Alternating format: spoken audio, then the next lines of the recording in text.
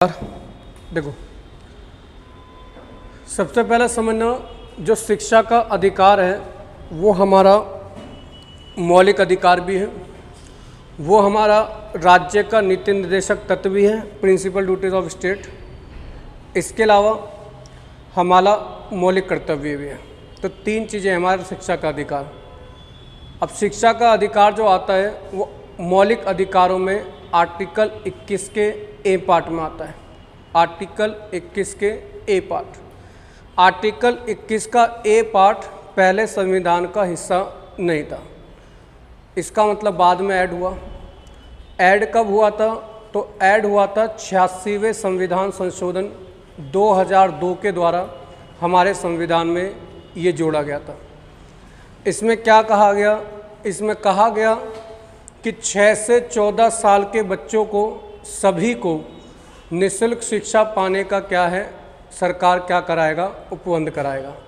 इसमें ये चीज़ कही गई। ठीक है, ध्यान रखना। चल क्यों नहीं रहे? हटा रखा, कहाँ गया वो? हमें नहीं दिख रहा। तुमने रखा है? फिर मिल जाएगा। ठीक है। 6 से 14 साल तक के बच्चों को निःशुल्क शिक्षा क्या करवाई जाएगी? प्राप्त करवाई जाएगी। इसके अलावा देखो आर्टिकल 45, ध्यान तो समझना, भाग 4 आर्टिकल 36 से लेकर 51 तक भारत के राज्य के नीति निर्देशक तत्व दे रखे हैं। राज्य के नीति निर्देशक तत्व, जैसे व्यक्ति के मौलिक कर्तव्य दे रखे हैं भाग 4 ए में, आर्टिकल 51 ए में। इसी प्रकार जो राज्य के नीति निर्देशक तत्व हैं, मतलब जो राज्य के कर्तव्य हैं, वो दे रखे हैं आर्टिकल 36 से लेकर 51। तो आर्टिकल 45 किस में आएगा? राज्यों के नीति निर्देशक तत्वों से आएगा। क्लियर है? आगे अगर हम बात करें, चीज़ को समझना। हमारा छुट्टन की उदास लग रहा है भाई। चल, तेरे लिए हम 3 बजे तक पढ़ा लेंगे, बस तू टेंशन मत ले। तेरे लिए मैं 2 घंटे झेल लूँगा, तू उदास मत हो। बस अब तो हंस ले। उसे लगा मेरी क्लास छूट जाएगी, सब कुछ छूट जाएगा। अब उदास मत हो, पढ़ा लेंगे तेरे लिए। अब तो देख ले धर को। हाँ, अब खुश हो। हाँ, अब देख, अब देखो क्या कह रहा है। आर्टिकल 45 में क्या लिखा है कि राज्य प्रारंभिक शिशु तत्व, शिशु तत्व मतलब जो बच्चा पैदा हुआ है, कि देखरेख तथा 6 वर्ष से कम आयु के बालकों के लिए निःशुल्क और अनिवार्य शिक्षा क्या करवाएगा? उपलब्ध कराएगा। इसका मतलब क्या है? निःशुल्क शिक्षा आपने देखा होगा, जो बच्चे छोटे होते हैं उनके लिए आंगनवाड़ी खोली जाती है, बच्चे जाके बैठें पढ़ें। ठीक है, वो इसीलिए कि बच्चा कुछ सीख पाए। उसके बाद देखो राज्य का अगला कर्तव्य क्या है? ये तो राज्य का था। और व्यक्ति का कर्तव्य क्या है? तो हमारे संविधान में भाग 4 ए में, आर्टिकल 51 ए में टोटल हमारे संविधान में 11 मौलिक कर्तव्य दे रखे हैं। तो 11 जो दे रखे हैं, उससे पहले हमारे संविधान में 10 थे। क्वेश्चन आ जाए, जब हमारा संविधान बना, जब ये मौलिक कर्तव्य जोड़े गए तो उसमें कितने मौलिक कर्तव्य थे? तो 10। वर्तमान में कितने हैं? 11। तो जो 11वां जोड़ा गया वो क्या जोड़ा गया? तो जोड़ा गया, इसमें कहा गया कि प्रत्येक माता पिता और अभिभावक का ये मूल कर्तव्य है कि वह अपने बालक या प्रतिपाल्य का मतलब है जिसको आप पाल रहे हो, के लिए 6 से 14 वर्ष की आयु के बीच शिक्षा का आप क्या करवाओगे? अवसर प्रदान कराओगे। तो शिक्षा का अधिकार हमारा मौलिक अधिकार भी है, राज्य का नीति निर्देशक तत्व भी है, और हमारा मौलिक कर्तव्य भी है। ये चीज़ का ध्यान रखो। इसके बाद पढ़ते हैं आर्टिकल 22। तो आर्टिकल 22 क्या होता है? गिरफ्तारी और निवारक से संरक्षण, protection against arrest and detention. इसका मतलब क्या है? आपको यही याद रखना है आर्टिकल 22 में क्या दे रखा है, ये बस हेडिंग। बाकी ये सब चीज़ें याद भी ना हो तो भी काम चल जाएगा पेपर के लिए। ठीक है, आर्टिकल 22 में क्या दे रखा है? 2 प्रकार की गिरफ्तारियों के बारे में दे रखा है। एक होता है सामान्य आपने कोई काम करा तो गिरफ्तारी की गई है, एक होता है निवारक विधि के अधीन। इसका मतलब कोई काम करने जा रहे हो मगर आपने करा नहीं है, उसे रोकने के लिए जो कानून बनाए गए हैं। जैसे मानकर चलो छुटंकी कल बम लेकर चलने लग जाए, कहने लग जाए कल इस क्लास में बम फोड़ूंगा, मेरी क्लास तो हो नहीं रही है। तो अगर छुटंकी बम लेके फोड़ने आ जाए तो इसको पहले ही लोग क्या करेंगे, रुक जाएंगे, कहेंगे भाई देख तू भी यहीं पे पड़ा है, समझा कर। तो उससे क्या होगा, रोकने लग जाएंगे। तो करने से पहले रोकना ही क्या कहलाता है, निवारक विधि कहलाता है। और करने के बाद उसके बाद जो काम होगा वो क्या कहलाएगा, दंडिक विधि। इसका मतलब क्या है, जैसे मान लीजिए पकड़ लिया गया, किसी ने कोई अपराध करा है, तो उसे जब पकड़ा जाता है तो उसको क्या क्या कारण, क्या क्या उसके अधिकार हैं। तो पहला अधिकार है उसे गिरफ्तारी के कारण जानने का क्या है, अधिकार। अब मानकर चलो अभी कोई पुलिस वाला आए और छुटंकी को उठा कर ले जाए, और जब छुटंकी को उठा कर ले गई तो छुटंकी पूछेगा सबसे पहला क्वेश्चन, मैंने करा क्या है। बिना बात ही अंतरात्मा आवाज़ देगी, पूछेगा मैंने करा क्या है। तो पुलिस वाले कहेंगे थाने तो चलो फिर बताएंगे। फिर एक एक डंडे पे आंसर लिखा होगा, फिर कहेगा हाँ मैं वहीं था। तो इसका मतलब ये गिरफ्तारी जानने का क्या है, इसका अधिकार है। मगर अभी नहीं, वो पुलिस वाले जब चाहें तब बताएंगे। ठीक है, अगला देखो, फिर जब ये पिटा गए हैं तो उसके बाद कहेंगे कम से कम छुड़ाने के लिए वकील तो करने दो। तो अपनी रुचि के विधि व्यवसाय मतलब वकील से परामर्श या बचाव का क्या है, अधिकार है। इसके अलावा अब मानकर चलिए इनकी पिटाई ज़्यादा हो रही है, 24 घंटे से ज़्यादा पिटाई होते होते हो गया, तो ये कहेंगे किसी के सामने तो भेज दो। इसका मतलब किसके सामने, मजिस्ट्रेट के। मतलब 24 घंटे के अंदर अंदर हमें पेश किसके सामने करना पड़ेगा, मजिस्ट्रेट के। तो 24 घंटे के अंदर पेश करना होता है। किस समय को छोड़कर, यात्रा के दौरान लिए गए समय को छोड़कर। अब जैसे आपने दुबे का केस सुना होगा, तो दुबे के केस में इन्हें जहाँ से पकड़ा था वहीं के मजिस्ट्रेट के सामने पेश करना था, मगर इन्होंने उस टाइम पेश ना करके इन्होंने यूपी के मजिस्ट्रेट के सामने पेश करने की गुहार लगाई और ये वहाँ पर लेकर आ गए। क्योंकि अगर उसे मजिस्ट्रेट के सामने पेश कर देते तो वो गवाही दे देता, गवाही दे देता तो बहुत सारे पुलिस वाले, बहुत सारे नेता लोग पकड़े जाते। तो इसी कारण से बचाने के लिए उसे रास्ते में ही क्या कर दिया गया था, प्लानिंग के तहत ख़त्म कर दिया गया था। क्योंकि गाड़ी पलटना एक केस हो सकता है, एक बार हो सकता है, मगर उसी के दौरान 3 केस एक साथ हुए थे और ऐसे ही गाड़ी पलट के मरे थे सारे। ठीक है, तो ऐसा होता नहीं है कि किसी, मान के चलो किसी व्यक्ति को लगता है मैं ऐसे मर्डर करता हूँ तो पकड़ा नहीं जाता, और वो लगातार एक ही तरीके से सारे मर्डर करने लग जाए तो धीरे धीरे पता चलने लग जाता है। तो वही चीज़ का ये कारण था। फिर अब देखो, अब किसी की गाड़ी नहीं पलट ली डूबे के बाद से, क्योंकि उनको शक हो गया लोगों को, कहते हैं तो जब भी गाड़ी में लेके जाते पलटती है। इसका मतलब लोग भी नहीं बैठते गाड़ी में, कहते हैं पैदल ही चल लेंगे, मैं ले चलो बस पैदल, समझ लो। तो उन्हें भी पता चल चुका है अगर हम भैया गाड़ी में जाएंगे तो कहीं भी पलटा देंगे बीच में, और पलटे तो सीधे इमराज जी नीचे बैठे होंगे गाड़ी के, कहेंगे चलो हमारे साथ। तो इसीलिए अब ये केस अगला समझना। दूसरा, निवारक विधि के अधीन, वही चीज़ मैंने बताया जो काम आप करने जा रहे हो उससे पहले रोक रहे हैं। जैसे आपने देखा होगा आर्टिकल जब 370 लगा था, तो जो जम्मू कश्मीर में नेता थे, महान महान नेता जो भड़काऊ भाषण देते थे, तो उनको पकड़ के क्या कर दिया गया था, पहले ही नज़रबंद कर दिया गया कि भाई तुम अपने घर में नहीं रहोगे, तुम्हारे घर में कोई मोबाइल कनेक्शन नहीं, कुछ नहीं, तुम अपने घर में पड़े रहो और फालतू बातें करने की ज़रूरत नहीं है, ना तो बाहर निकले तो पिटोगे। तो मतलब घर के बंदर ही बंद कर दिया, नज़रबंदी कर दिया, मतलब ना किसी से मिलने दे रहे हैं। क्यों? क्योंकि अगर ये मिलेंगे तो किसी को भड़काऊ भाषण देंगे और वहाँ पे हो सकता है हिंसक आंदोलन फिर से फैल जाए। तो ये चीज़ क्या की थी, करने से पहले ही रोक देना। तो इसके लिए अलग अलग समय समय पर कानून आते रहते हैं। जैसे प्रिवेंशन डिटेंशन एक्ट आया था 1950 में। इसमें क्या होता था, किसी भी व्यक्ति को पकड़ा जिस पर शक है कि ये काम ऐसा करने वाला, उसे पकड़ के 1 साल के लिए जेल में डाल दिया। अब 1 साल तक जब जेल में डालेगा तो उसे कुछ याद रहेगा ही नहीं, तुम ही जानते हो क्यों नहीं रहेगा, कुछ टाइम बाद याद आएगा उसे। इसके अलावा देखो मीज़ा चला था, मीज़ा टाडा पोडा ये चलती है, अब नहीं चलते, हम सब समाप्त हो गई ये चीज़ें। तो आंतरिक सुरक्षा व्यवस्था अधिनियम, maintenance of international security act परामर्श के बिना आपातकाल में 21 महीने तक क्या करा जा सकता था? नज़रबंद। इमरजेंसी लगाओ, कोई किसी को शांति दूत है तो उसको उठा के अशांति दूत बना दो। 21 महीने तक तुम बताओगे नहीं क्या पीट रहे हो, कूट रहे हो, क्या कर रहे हो, बता, पूछने वाला कोई नहीं है। क्या लगा रखा? मीज़ा के तहत पकड़ रखा है, ये ख़त्म काम सारे। तो 44वें संविधान संशोधन के द्वारा इसको समाप्त कर दिया गया। कारण क्या था? अगर इसके फायदे तो इसके नुकसान भी हैं। भाई आपातकाल लगाओ, कोई नेता शक्तिमान बन रहा हो तो उठा के 21 महीने डाल दो उसे, तो बराबर निकल ही नहीं पाएगा, मीज़ा लगा रखा है। तो ये चीज़ें जिसके फायदे हैं उसके नुकसान भी हैं। विदेशी मुद्रा संरक्षण और तस्करी से अधिनियम के लिए क्या चलाया गया था? कोफे पोसा।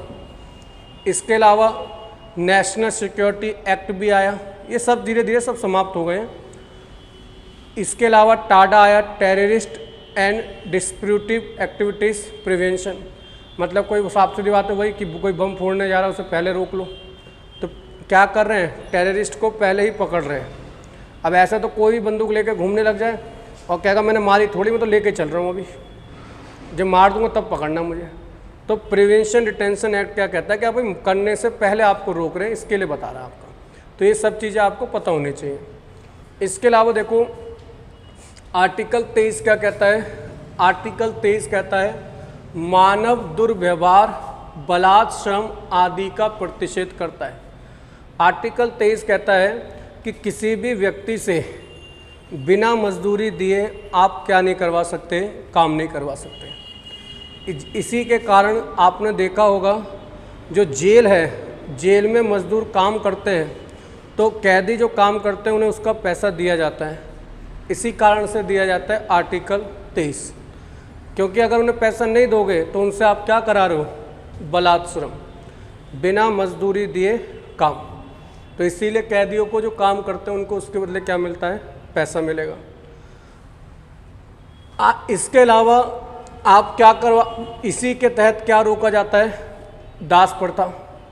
तो दास प्रथा को आप जानते हो, दास प्रथा का क्या है? मानकर चलो किसी के पिता ने पैसे ले लिए उधार, अब बच्चा छोटा है उसे क्या पता, अब पिताजी कर्ज निपटाते निपटाते खुद ही निपट गए, तो समझने अब बच्चे कौन? बेटा। अब जो साहूकार आएगा वो बेटे को पकड़ेगा, ला भाई मेरा कर्जा दे, वो कहेगा मेरा कर्जा नहीं, तो कहेगा मेरे यहाँ काम कर, वो कहेगा मैं कहीं और करूँगा, नहीं तेरे पे आपने पैसा नहीं दिया तो मेरे यहाँ काम करेगा। तो अब तुम अपने यहाँ काम करा रहे हो, उसको उतनी सैलरी दे भी नहीं रहे जिससे वो तुम्हारा कर्जा भी निपटा सके, तो वो नहीं निपटा पाएगा। फिर तुम ब्याज पर ब्याज लगाओगे तो जितना कर्जा नहीं था उससे और कर्जा दुगना हो जाएगा। फिर उसका बेटा आएगा, तो ऐसे क्या चलती चली जाएगी? दास प्रथा। इसका मतलब उसका पूरा परिवार आपका क्या बन गया है? दास। लिया किसने कर्जा था? सिर्फ एक व्यक्ति ने, पूरा परिवार उसको भोग रहा है। बेगार या बलात् श्रम, ये चीज़ मैं आपको बता चुका हूँ, बिना पैसों मजदूरी के काम कराना। मनुष्यों को वस्तुओं के भांति क्रय विक्रय करना, जैसा कि आपने फिल्मों में भी देखा होगा कि क्रय विक्रय करा जा रहा है। स्त्री व बच्चों का अनैतिक व्यापार और बंधुआ मजदूरी, वही बांध कर आपको काम करवा रहे हैं, बस किसी भी चीज़ को रखवाया जा रहा है इस चीज़ के ऊपर। अब समझना, इसको असंवैधानिक, इसके तहत आर्टिकल 17 और 23 को क्या करा गया है? संविधान पूरी तरह से पूर्ण मौलिक अधिकार बनाया गया है, इसका कोई अपवाद नहीं है। इसका मतलब आप ऐसा किसी को भी नहीं कर सकते। इसी के द्वारा एक देखो आगे चलकर आप समझना, आर्टिकल 24 भी आता है। आर्टिकल 24 क्या कहता है? 14 साल से कम उम्र के बच्चों को आप कारखानों में काम नहीं करवा सकते। ठीक है, देखो ज़्यादातर बच्चे जो किस उद्योग में मिलते हैं, तो ज़्यादातर बच्चे मिलते हैं बीड़ी उद्योग में, क्योंकि जो बीड़ी का उद्योग है, तो बीड़ी को रोल करने के लिए अब मशीनें तो अब आई हैं, पहले थोड़ी आती थी मशीनें, तो बीड़ी को रोल करने के लिए हमारी उंगलियां मोटी होती हैं, तो हमारी उंगलियों से रोल नहीं होगा। बीड़ी को रोल करने के लिए छोटी छोटी उंगलियां चाहिए होती हैं, बच्चों की होती हैं, तो इसीलिए बच्चों को बीड़ी उद्योग में ज़्यादा लगाया जाता था। अब साफ सीधी बात है, जब तुम किसी उद्योग में किसी को लगाओगे तो साफ सीधी बात है वो उसका यूज़ भी करेगा, तो धीरे धीरे बच्चे क्या करने लग जाएंगे? धूम्रपान करने लग जाएंगे। तो जब छोटी सी उम्र में ही धूम्रपान करने लग जाएंगे तो उनका पूरा फ्यूचर ही बर्बाद हो जाएगा। तो इसीलिए क्या कहा गया? 14 साल से कम उम्र के बच्चों को क्या है? कारखानों में काम नहीं कराया जाएगा। आगे समझना, आर्टिकल 25 क्या कहता है, ये सब आपके नोट्स में लिखा हुआ है, ठीक है भाई, अपने नोट्स में से नोट डाउन कर लेना। बुक में लिखा हुआ है उसमें से नोट डाउन कर लेना, जिनके पास बुक है वो जिस चीज़ को मैं इंपॉर्टेंट बताता रहा करूँ उसको लिखते रहा करो बस खाली। आगे समझना, आर्टिकल 25 में लिखा है धर्म के प्रचार की स्वतंत्रता। इसका मतलब आप अपने धर्म का क्या कर सकते हो, प्रचार कर सकते हो। लिखा है प्रत्येक व्यक्ति को अंतःकरण की स्वतंत्रता। अंतःकरण मतलब अपनी स्वतंत्रता है, वो क्या माने ना माने, अपने धर्म का अबाध रूप से मानने और आचरण करने तथा प्रचार करने का क्या है, अधिकार है। इसी में एक आर्टिकल आता है आर्टिकल 25 का 2। क्वेश्चन आता है आर्टिकल 25 का 2 क्या है, तो सिखों को कृपाण रखने का अधिकार आर्टिकल 25 का 2 देता है, ठीक है, ध्यान रखना। डायरेक्ट क्वेश्चन आएगा सिखों को कृपाण रखने का अधिकार किस आर्टिकल के द्वारा मिलता है, तो आर्टिकल 25 के 2 के द्वारा सिखों को कृपाण रखने का अधिकार दिया गया है। इसके बाद आता है आर्टिकल 26, धार्मिक कार्यों के प्रबंध की स्वतंत्रता। जैसे जागरण हो गया, आप अपने धर्म का प्रचार करना चाहते हो, सम्मेलन करना चाहते हो, वो कर सकते हो। क्या कर रहे हो, धार्मिक कार्यों के प्रबंध की स्वतंत्रता। आर्टिकल 27 का कैसे हो जाएगा, आर्टिकल 27 होता है कि अपने धर्म के प्रचार के लिए आप किसी पर टैक्स नहीं लगा सकते। मतलब आप किसी से कह दो कि भाई तुम हिंदू हो, हर महीने मंदिर में जाके 100 रुपये तुम्हें देने देने, ज़बरदस्ती देने, या तुम मुसलमान हो मस्जिद में इतने रुपए देने देने, तो ऐसा कुछ भी नहीं होगा। आप जो उससे आय आप ज़बरदस्ती नहीं ले सकते, अपने मन से चाहता है तो आप ले सकते हो, और उसे धर्म के प्रचार के लिए नहीं लगाओगे, आप किसी भी अन्यथा उसको मतलब जो संस्थान है उसके काम के लिए लगा सकते हो। तो यही चीज़ आपकी कह रखी है। देखो, शुल्क का और टैक्स का मतलब समझना, कर नहीं लगा सकते आप, शुल्क ले सकते हो, समझना। कर का मतलब होता है कि बिना किसी सेवा के आपके ऊपर निर्धारित कर दिया गया कि ये देना ही देना है, ठीक है। और शुल्क का मतलब होता है तुमने कोई काम करा फिर पैसा दिया, तुम्हारे लिए कोई काम करा फिर तुमने पैसा दिया। जैसे आप बहुत सारी वस्तुएं खरीद के लाते होगे तो उस पर इतने सारे टैक्स लगा दिए जाते हैं जिनका आप यूज़ भी नहीं कर रहे हो, समझना, तो टैक्स है। और शुल्क का मतलब क्या है, आप किसी काम को करा फिर वो आपसे कह रहा है भाई ला मेरे इतने काम हो, इसका पैसा दे दे, समझ लो, वो शुल्क हो गया। तो शुल्क लिया जा सकता है, टैक्स नहीं लिया जा सकता। आगे समझना, आर्टिकल 28 क्या कहता है, शिक्षण संस्थाओं में धार्मिक ज्ञान नहीं दिया जाएगा। मतलब कोई अगर धर्म से रिलेटेड व्यक्ति है, धर्म अपने आप उन्होंने चला रखा है संस्था कोई धर्म की, तो वो दे सकता है। अगर कोई गवर्नमेंट चला रही है तो गवर्नमेंट नहीं करेगी किसी भी चीज़ को, क्योंकि गवर्नमेंट करेगी तो हमारा जो हमने अपनी प्रस्तावना में लिखा है कि हम पंथ निरपेक्ष हैं, और गवर्नमेंट किसी एक ही चीज़ को बढ़ावा दे रही है तो पंथ निरपेक्षता की बात खत्म हो जाएगी, ठीक है। इसीलिए जो बीजेपी को लोग कहते हैं हिंदू पार्टी की एक तरफ की साइड बात कर रही है, समझना, तो इसी चीज़ को लेकर कहते हैं कि भारत जो है सरकार होनी चाहिए पंथ निरपेक्ष, मतलब एक तरफ बात नहीं करनी चाहिए, वो सभी जगह को देखकर बात करनी चाहिए। तो उस चीज़ के ऊपर साइंस में भी कह सकते हैं। बहुत से लोग कहते हैं, बहुत से कुछ और कहते हैं, हर किसी की अपनी अपनी सोच है। आगे देखो, इसके अलावा आर्टिकल 29 और आर्टिकल 30 ये अल्पसंख्यकों के वर्गों के हित के लिए आता है। आर्टिकल 29 और 30 अल्पसंख्यकों के लिए आता है। आर्टिकल 32 ये इम्पोर्टेंट है। आर्टिकल 32 को बोला जाता है संवैधानिक उपचारों का अधिकार। संवैधानिक उपचारों का अधिकार, राइट ऑफ कॉन्स्टिट्यूशनल रेमेडीज। इसका मतलब क्या है समझना, जब कोई मौलिक अधिकारों का हनन करता है तो मौलिक अधिकारों को बचाने के लिए जो सुप्रीम कोर्ट और हाई कोर्ट रिट जारी करता है उससे कहते हैं आपका संवैधानिक उपचार।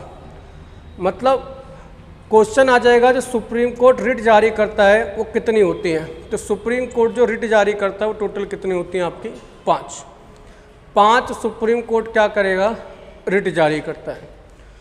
आर्टिकल 32 के द्वारा सुप्रीम कोर्ट रिट जारी करता है और आर्टिकल 226 के द्वारा हाई कोर्ट रिट जारी करता है। समझते चलना, रिट कितनी होंगी, टोटल 5। सबसे पहली रिट जो होती है उसे कहते हैं बंदी प्रत्यक्षीकरण, हाइबस कॉर्पस। हाइबस कॉर्पस होता है, इसका मतलब होता है सशरीर किसी व्यक्ति को प्रस्तुत करना। ये अवैध रूप से गिरफ्तारी को रोकता है। इसका मतलब क्या है, मानकर चलो किसी व्यक्ति को बिना किसी गलती के पकड़ लिया गया, अब इसे पकड़ लिया गया तो इसका दोस्त जाएगा कोर्ट में, जाएगा, कहेगा जी इसे बिना बात के पकड़ लिया, मजिस्ट्रेट के सामने तक पेश नहीं करा जी, देखो ऐसे काम कर रहे हैं पुलिस वाले। तो उस समय जो कोर्ट होगा वो क्या लगाएगा, बंदी प्रत्यक्षीकरण, कि उस व्यक्ति को लेकर आओ जिसने इसे पकड़ा है और जो पकड़ा गया है, उन दोनों को सशरीर क्या करो, प्रस्तुत। फिर उनसे पूछा जाता है कि भाई अभी तक 24 घंटे हो गए, क्यों नहीं सबमिट करा, क्या कारण था।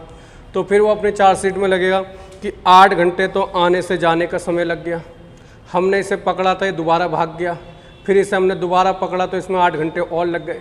तो अपने आप को बचाने के लिए पूरी साजिश कर जाता है, क्योंकि कानून है तो कानून को तोड़ने और बनाने का काम सबको पता है कि कैसे तोड़ा जाता है, ठीक है। तो इसीलिए देखो जो वकील होते हैं वो सच को झूठ, झूठ को सच भी साबित कर सकते हैं और सच को सच साबित भी नहीं करेंगे। तो ये सब वकालत के ऊपर बात है, क्योंकि होता क्या है, देखो वकालत एक ऐसी चीज़ है कि वो शब्दों का गेम है और शब्दों के गेम में ही बच्चा इंसान सबसे जल्दी फंस जाता है। तो वही चीज़ का वकालत का यही होता है, क्योंकि देखो वकालत में जितनी कम उम्र होगी उतनी फीस आपकी कम होगी, और जितने आप एजिड हो गए, जितना आपके पास एक्सपीरियंस है, उतनी ज़्यादा आपकी फीस होगी। क्योंकि भाई जो व्यक्ति एजिड है साफ से ज़्यादा उसमें शब्दों का खेल ज़्यादा है, जो बच्चा अभी नया नया बना है उस पर शब्दों का खेल कम है, उसे घुमाना कम आता है। इसीलिए आप देखते होंगे जो फिल्मों में भी दिखाए जाते हैं, जो बड़े बड़े वकील होंगे वो हमेशा बुढ़े से दिखाए जाएंगे, और जो युवा व्यक्ति होंगे वो जवान जवान से दिखाए जाएंगे, है ना। तो यही दिखाया जाता है, सबको पता होता है बूढ़ा व्यक्ति जीतेगा, मगर लास्ट में जिता दिया किसको जाता है, जवान को। क्योंकि यही तो है पैसा, कि जिसको लगता है कि जीतेगा, अगर वही जीतेगा तो फिर सट्टेबाज हमेशा उसी में पैसा न लगाएं जो हमेशा जीतेगा। तो इसीलिए क्या होता है, जो नहीं जीतने वाला होता है उसका पैसा ज़्यादा लगाया जाता है, कि इस पर 1 रुपये के 5 मिलेंगे, इस पर 5 रुपये के 1 मिलेंगे, क्योंकि इस पर जीतने की संभावना ज़्यादा है, इस पर कम है। तो लोग क्या करते हैं, यार ये तो पक्का जीतेगा, इस पर 100 रुपये लगाएंगे तो भी 100 रुपये मिलेंगे, और इस पर अगर हम पे 100 रुपये भी लगाएंगे तो भैया लुटने के चांस ही हैं, आने तो है नहीं। तो जो पक्का होता है उसको लोगों को ज़्यादा चांस होते हैं। तो यही कारण है कि वकीलों का भी एक्सपीरियंस बोलता है, जिस पर जितना एक्सपीरियंस है। यही टीचिंग लाइन का हाल है। अगला देखो, समझ में आया, अवैध रूप से उसको रोक रहा है। परम आदेश का मतलब क्या है, मैंडेमस। परम आदेश का मतलब है, 2 आदेश होते हैं। परम आदेश का मतलब समझना, इसका मतलब है हम आदेश देते हैं, इसके तहत न्यायालय द्वारा किसी व्यक्ति, लोक प्राधिकारी, अधीनस्थ न्यायालय, सरकार या निगम को उसके विधिक, संवैधानिक या लोक कर्तव्यों को कराने या अवैध रूप से करने का आदेश दिया जाता है, कि आदेश ना करने का आदेश दिया जाता है। इतना सब कुछ पढ़ने से आपको समझ में नहीं आएगा। अगर इसका मतलब समझना है तो लास्ट की लाइन पढ़ना, 3 समझ में आ जाएगा। इस रिट का प्रयोग ऐसे अधिकारियों को आदेश देने के लिए किया जाता है जो सार्वजनिक कर्तव्यों को करने से क्या कर रहे हैं, इनकार कर रहे हैं। इसका मतलब क्या है कि जो व्यक्ति जिसका जो काम है वो काम वो नहीं कर रहा है, वो मना कर रहा है। जैसे मैंने किसी को अकाउंटेंट बना रखा है, मैंने किसी को डाटा एंट्री करने का काम दे रखा है, और कोई व्यक्ति गया कह रहा भैया इसमें मेरी पासबुक में एंट्री कर दे, वो कहता मैं नहीं कर रहा। या कोई काम दे रखा है वो कर नहीं रहा है, तभी तो लोग क्या करते हैं, कैमरा खोला वीडियो बनाने लग जाते हैं, देखो ये काम नहीं कर रहे, ये नहीं कर रहे। अगर ऐसा ना हो तो फिर वो क्यों काम करेगा, तो कह रहे हैं मैं तो स्वतंत्र जा कर ले किसी को शिकायत। तो यही कारण है, ठीक है बेटा। तो सार्वजनिक व्यक्ति को उसके काम करवाने के लिए क्या करती है, परम आदेश दे सकती है। अगला देखो, प्रतिषेध। ध्यान से समझना, प्रतिषेध और एक आएगा उत्प्रेषण। तो प्रतिषेध और उत्प्रेषण दोनों ही छोटे न्यायालयों के लिए लगाए जाते हैं, बड़े न्यायालयों द्वारा। ये कब लगाया जाता है, तो ये लगाया जाता है जब कार्यवाही खत्म हो चुकी होती है। जब कार्यवाही खत्म हो चुकी है और किसी बड़े न्यायालय को ये पता चलता है जो इसने कार्यवाही की है ये इसके अंडर नहीं थी, या इसने गलत डिसीजन दे दिया, तो जो ये न्यायालय कहता भैया तुमने गलत दिया, इसको रोको, इस पर हम देखेंगे। ये हो गया प्रतिषेध। ये जो लगाया जाता है उत्प्रेषण, उत्प्रेषण लगाया जाता है जब कार्यवाही बीच में चल रही है उस पर रोकने के लिए, कि भाई तुम्हारे अंडर का मामला नहीं है, ये बड़े कोर्ट का मामला है तो उस कोर्ट को दो। तो ध्यान रखना, ये दोनों रिटें न्यायालयों के विरुद्ध ही लाई जाती हैं, ये कार्रवाई होने के बाद और ये कार्रवाई होने के शुरू होने के बाद में। ठीक है, ये ख़त्म हो चुकी है और ये बीच में ही है, तब लाई जाती है। आगे समझना, आगे आती है अधिकार प्रश्या। अधिकार प्रश्या का मतलब है किसी का कोई अधिकार ना हो मगर वो तब भी उस ड्यूटी का काम कर रहा हो। जैसे मानकर चलो किसी को बना दिया गया कांस्टेबल, अब कांस्टेबल का काम नहीं है चालान काटना, एक एग्जांपल, और वो तुम्हारा चालान काट दे, समझना, तो वहाँ पर ये लगेगा कि किस अधिकार से तुमने चालान काटा, जब तुम्हारे पे हक नहीं है। तुम उसकी गाड़ी जब्त कर सकते हो, गाड़ी को बंदी बना सकते हो, मतलब अपने पास रख सकते हो, तुम्हें शक हो रहा है तो मैं चालान नहीं काट सकते, समझते चलना हम, है ना। तो हाँ, वो नहीं काट सकते, उनके साथ कोई ना कोई स्टार वाला बंदा होना चाहिए कि उसका साइन जरूरी है। तो अब नहीं काट सकते तो ये आपका क्या कर सकते हैं, गाड़ी पकड़ सकते हैं। मतलब इनको लग रहा है कि गाड़ी भाई आपके पास आरसी नहीं है, तो आरसी का मतलब होता है आप गाड़ी के मालिक हो, तो आपके पास आरसी है तो इसका मतलब है गाड़ी तुम्हारी है, तुम्हारे रिश्तेदार के किसी की भी है, तुम्हारा मतलब तुम्हारे पास है इसका कागज़, तब वो तुम्हें नहीं लेंगे। अगर तुम्हारे पास गाड़ी के कागज़ नहीं है तो वो समझ जाएंगे गाड़ी में चोरी की भी हो सकती है, शक है, तो ऐसे में वो क्या कर सकते हैं, गाड़ी को जब्त कर सकते हैं आपके, समझना। तो ये चीज़ों के बारे में ये रिट जारी हो जाती हैं। तो बस ये ध्यान रखना, रिट को किस आर्टिकल के द्वारा जारी होती है, 32, कौन करेगा, सुप्रीम कोर्ट, 226 के द्वारा हाई कोर्ट। तो ये आपके मौलिक अधिकार होते हैं जितने भी मैंने पढ़ाए। अब मैं मौलिक अधिकारों को 10 मिनट के अंदर अंदर सारे मौलिक अधिकार एक बार में रिफ्रेश कर दूंगा, सारे के सारे, ठीक है, जो मैंने अभी तक आपको पढ़ाए हैं। तो ध्यान से सब सुनना जिससे आपको याद हो जाएंगे। सबसे पहले मैंने बताया था आर्टिकल 12, सुनना सिर्फ ध्यान से, बातें मत करना, दिमाग में बैठाना। आर्टिकल 12 में मैंने कहा क्या दे रखा है, राज्य की परिभाषा। भाग 2, भाग 3, भाग 4 और भाग 4A के लिए राज्य की परिभाषा दे रखी है आर्टिकल 12। उसके बाद भाग 6 में राज्य की परिभाषा दे रखी है आर्टिकल 152 में। फिर मैंने बताया आर्टिकल 13 में क्या दे रखा है, तो आर्टिकल 13 में दे रखा है यदि संविधान लागू होने से पहले कोई कानून बनाया जाता है और वो इस समय मौलिक अधिकारों का हनन कर रहा है तो उस अधिकार को क्या कर दिया जाएगा, उस कानून को समाप्त कर दिया जाएगा। यदि कोई कानून मौलिक संविधान लागू होने के बाद बनाया गया और मौलिक अधिकारों का हनन कर रहा है तो उस कानून की शक्ति को क्या कर दिया जाएगा, शून्य कर दिया जाएगा। इसका मतलब उस कानून को समाप्त नहीं करा जाएगा, उसके इफेक्ट को ख़त्म कर दिया जाएगा, समझते चलना, अगर मौलिक अधिकारों का हनन कर रहा है तो वो। 14 में मैंने बताया, 14 में व्यक्ति क्या होगा, विधि के समक्ष सभी व्यक्ति उसके सामने क्या हैं, समान है। विधि के समक्ष सभी लोग के क्या हैं, समान है। विधि के समक्ष समानता का कॉन्सेप्ट हमने कहाँ से लिया है, ब्रिटेन से। विधि के समान संरक्षण का कॉन्सेप्ट लिया है हमने अमेरिका से। आर्टिकल 15 में हमने जब पढ़ा तो आर्टिकल 15 में पढ़ा हमने धर्म, जाति, लिंग के आधार पर कोई भेदभाव नहीं किया जाएगा। इसके बाद आया आर्टिकल 16, इसमें मत टेंशन लेना यहाँ पे क्या चल रहा है। फिर आर्टिकल 16 के ऊपर हमने बात करी तो आर्टिकल 16 में था अवसर की समानता, नौकरी पाने का अधिकार। तो आपको आर्टिकल 16 में 16 का 4 याद रखना है। 4 क्या देता है, पिछड़े वर्गों को आरक्षण प्रदान करता है। अब पिछड़े वर्गों के आरक्षण के लिए एक पिछड़ा वर्ग आयोग बनाया जाता है। आर्टिकल किसके द्वारा, 340 के द्वारा एक पिछड़ा वर्ग आयोग बनाया जाता है। तो पहला पिछड़ा वर्ग आयोग जो बनाया गया था वो काका केलकर की अध्यक्षता में बनाया गया था 1953 में। दूसरा बनाया गया था 1979 में बिंदेश्वरी प्रसाद की अध्यक्षता में। ठीक है, ये ध्यान रखना। कौन सा हो गया, 16 के बाद आता है 17 जो था वो था आपका अस्पृश्यता का अंत। ये हमारा एक पूर्ण मौलिक अधिकार है, इसका कोई भी अपवाद नहीं है। इसके बाद आया था 18, तो आर्टिकल 18 जो है वो है हमारा उपाधियों का अंत। मतलब अपने नाम के आगे या पीछे हम कोई उपाधि नहीं लगा सकते।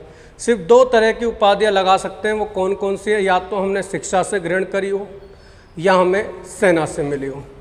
इसके बाद आया आर्टिकल 19। आर्टिकल 19 में सभी तरह की स्वतंत्रताएं हमें दे रखी हैं। जो स्वतंत्रता दे रखी है, जब हमने संविधान बनाया था तो 7 तरह की स्वतंत्रताएं थी, मगर वर्तमान में कितने तरह की स्वतंत्रताएं? 6। एक स्वतंत्रता जो संपत्ति के अधिकार की स्वतंत्रता थी, वो जब हमारे यहाँ पर 44वां संविधान संशोधन लगाया गया सन 1978 में, तो 19 का F पार्ट और आर्टिकल 31 दोनों को हटाकर भाग 12 आर्टिकल 300A में डाल दिया गया। तो वर्तमान में कितने तरह की स्वतंत्रता हैं? 6। आर्टिकल 19 के 1 का जो A पार्ट है उसमें बहुत तरह की स्वतंत्रताएं आती हैं, जैसे प्रेस की स्वतंत्रता, झंडा फहराने की स्वतंत्रता, चुप रहने की स्वतंत्रता, विज्ञापन की स्वतंत्रता, इलेक्ट्रॉनिक मीडिया की स्वतंत्रता, विदेश जाने की स्वतंत्रता। तो ये सभी जो भी विचार व्यक्त करने वाली चीज़ें हैं वो सारी 19 में आती है। उसके बाद आती है आर्टिकल 20।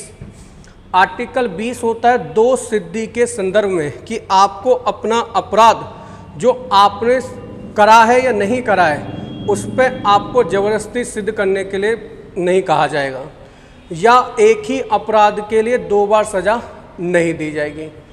आर्टिकल 21 जो आता है वो आता है प्राण दैहिक स्वतंत्रता। हर किसी को अपने जीवन बचाने का क्या है? अधिकार है। जीवन बचाने के लिए उसे साफ चीज़ें चाहिए, खाने की चीज़ें चाहिए, पीने की पानी चाहिए, जितने भी जीवन के लिए जो चीज़ें ज़रूरी हैं वो सभी आर्टिकल 21 में आ जाती हैं। फिर आर्टिकल 21 का ए पढ़ा, तो आर्टिकल 21 का ए क्या है? शिक्षा का अधिकार। शिक्षा का अधिकार हमारा 3 तरह का अधिकार है, मौलिक भी है और आपका मौलिक भी है, और एक आपका मौलिक कर्तव्य भी है, मौलिक अधिकार भी है, मौलिक कर्तव्य और राज्य का नीति निर्देशक तत्व भी है। तो 21 के ए के द्वारा 6 से 14 साल तक के बच्चों को निःशुल्क शिक्षा दी जाएगी, ये हमारा मौलिक अधिकार। आर्टिकल 45 में दे रखा है कि जो शिशु तत्व व्यवस्था है उसकी देखरेख करेगा। 51 के ए में 11वां जो जोड़ा गया था वो 86वें संविधान संशोधन 2002 के द्वारा जोड़ा गया था, तो उसमें भी क्या दे रखा है? शिक्षा का, कि 6 से 14 साल तक के बच्चों को शिक्षा के अवसर क्या करवाए जाएंगे? प्रदान कराए जाएंगे। आर्टिकल कितना हो गया? 21 का ए हो गया। 22वां जो आता है आपका, 22वां आता है प्रिवेंशन डिटेंशन एक्ट से संबंधित। मतलब 22वां जो आएगा आपका, ये आपका protection against the arrest and detention, मतलब गिरफ्तार होने से पहले या गिरफ्तार होने के बाद आपके क्या क्या चीज़ हो सकती है कि आपको 24 घंटे के सामने मजिस्ट्रेट के सामने पेश किया जाएगा, कानूनी वकील आप ले सकते हो, ये सब है। आर्टिकल 23 में अगर हम बात करें तो आर्टिकल जो 23 के ऊपर बात आती है, तो 23 में लिखा है बलात्श्रम मानव व्यापार का व्यापार नहीं कर सकते, बलात्श्रम नहीं करवा सकते, तो ये लिखा है 23 में। आर्टिकल 24 में लिखा है बच्चों को कारखानों में काम नहीं करा जा सकता। आर्टिकल 25 में लिखा है धर्म के प्रचार की स्वतंत्रता। आर्टिकल 26 जो आता है धर्म का प्रचार कर सकते हो, प्रचार के बाद फिर क्या करोगे? प्रबंध। आर्टिकल 26 में लिखा है प्रबंध। आर्टिकल 27 में लिखा है आपका कि आप किसी भी तरह का कोई भी कर नहीं लगाएंगे, टैक्स नहीं लगा सकते। 28 में लिखा है शिक्षण संस्थानों में आप धार्मिक शिक्षा नहीं देंगे। 29 और 30 की अगर हम बात करें, अल्पसंख्यकों के वर्गों के हितों की रक्षा। 31 हटा दिया गया है, 32 में अभी आपको पढ़ा दिया गया है, 5 तरह के रेट दे रखे हैं ये, और 226 के द्वारा हाई कोर्ट रेट जारी करता है। ठीक है, तो ये सारा आपको मौलिक अधिकारों का है। अगर रिवीजन करना चाहें तो आप देख सकते हो, सिर्फ 14 मिनट का रिवीजन का टाइम होता है, ज़्यादा नहीं लगता आपको टाइम। बस ये आपके दिमाग में होगा तो 14 मिनट लगेंगे, नहीं होगा तो 1.5 घंटे भी आप इसमें पढ़ लोगे। ठीक है बेटा।